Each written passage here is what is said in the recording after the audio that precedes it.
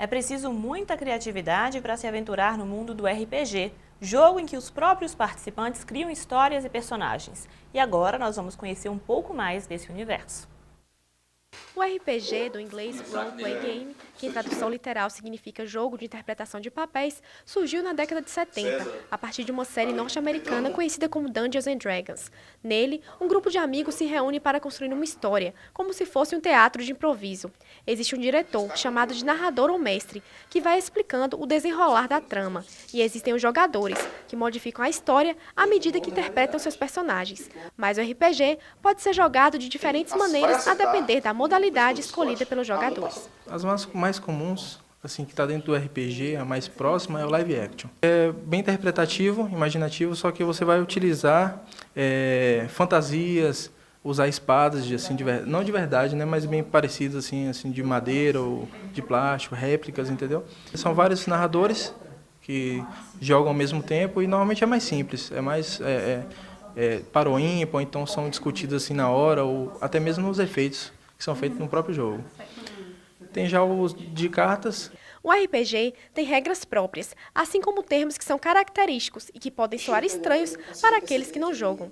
Por isso, é importante conhecer as principais expressões adotadas no jogo. Tem um jogador, que vai ser quem vai jogar. Os PCs são os personagens dos jogadores. NPCs são personagens que o jogador não controla, são personagens do mestre. Podem ser chamados de NPC. Os dados, eles costumam ser abreviados. Se você vai jogar um dado de 10 lados, costuma-se falar D10. Ao longo dos anos, os jogadores de RPG sofreram com preconceito causado pela falta de conhecimento das pessoas com relação ao jogo. Em 2007, o caso de Vandeir da Silva, mais conhecido como Vampiro de Presidente Prudente, piorou a situação, pois o acusado justificou seus crimes alegando que interpretava um vampiro no jogo de RPG. E mesmo hoje em dia, o preconceito ainda existe. Já aconteceu de vó falar que isso era coisa satânica, etc. Esse tipo de coisa que sempre acontece. Outro detalhe que pode contribuir para afastar as pessoas do RPG é o fato de o jogo não ter um vencedor. No entanto, quem joga garante que vale a pena. A gente se apega muito mesmo, a história acaba ficando muito divertida para quem joga, a gente se torna parte daquilo ali. É como se a gente fosse autor e ator da própria história. É muito divertido mesmo. Não tem um fim no RPG, né? A não ser se o próprio mestre criar uma história de início, meio e fim. Aí pode até ser, mas não tem um objetivo que você chega delimitado. Para um jogo de RPG ter um bom desenvolvimento e ser interessante, é necessária a presença de uma figura-chave, o mestre. Então ele tem que ter uma experiência assim, boa de interpretar as pessoas, imaginar, conhecer o cenário, estudar mesmo. Até mesmo os livros, que são vários livros que tem. Além de ser uma forma de entretenimento, em alguns casos, o RPG pode servir também como ferramenta de desinibição. Você acaba se soltando mais um pouco, porque você tem que ter uma desenvoltura, tem que ter um tipo de lábia, interpretar um personagem, você acaba se soltando mais e ajuda também na própria vida pessoal sua, né? Manuela afirma também que é difícil encontrar outras mulheres que joguem RPG e que já chegou a sofrer preconceito por isso. Mas assim que conheceu o RPG em 2009 no Rio de Janeiro, se apaixonou pelo jogo e aos poucos encontrou uma turma em Vitória da Conquista com quem pudesse jogar. Eu acho que todo jogador de RPG, na verdade, é um contador de histórias. Porque o que a gente faz é criar uma história e ensinar essa história e ver qual é o desfecho dessa história, a depender dos dados, no caso da sorte, a depender da nossa criatividade também. No sábado, a seleção brasileira disputa o 3º lugar na Copa do Mundo contra a Holanda.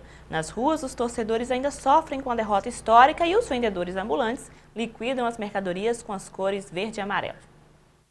Com a derrota do Brasil para a Alemanha, as cores verde e amarelo saíram das ruas, dando lugar aos tons azul e branco da camisa da Argentina e vermelho e preto das cores da Alemanha. O vendedor ambulante, depois de vender muitas camisas da seleção brasileira, hoje tem atraído torcedores de outras seleções, como a Argentina. Olha, antes da derrota da seleção brasileira, eu vendia bastante camisas do Brasil.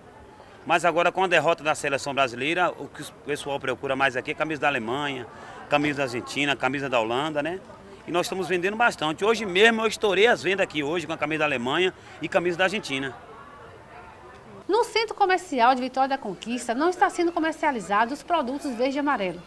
E o que mais se vê nas ruas são os torcedores insatisfeitos com a participação do Brasil na Copa e o descrédito para a conquista do terceiro lugar. A gente esperava muito mais, mesmo que perdesse, mas de 2-1, agora de 7-1, foi uma vergonha. O Brasil já era.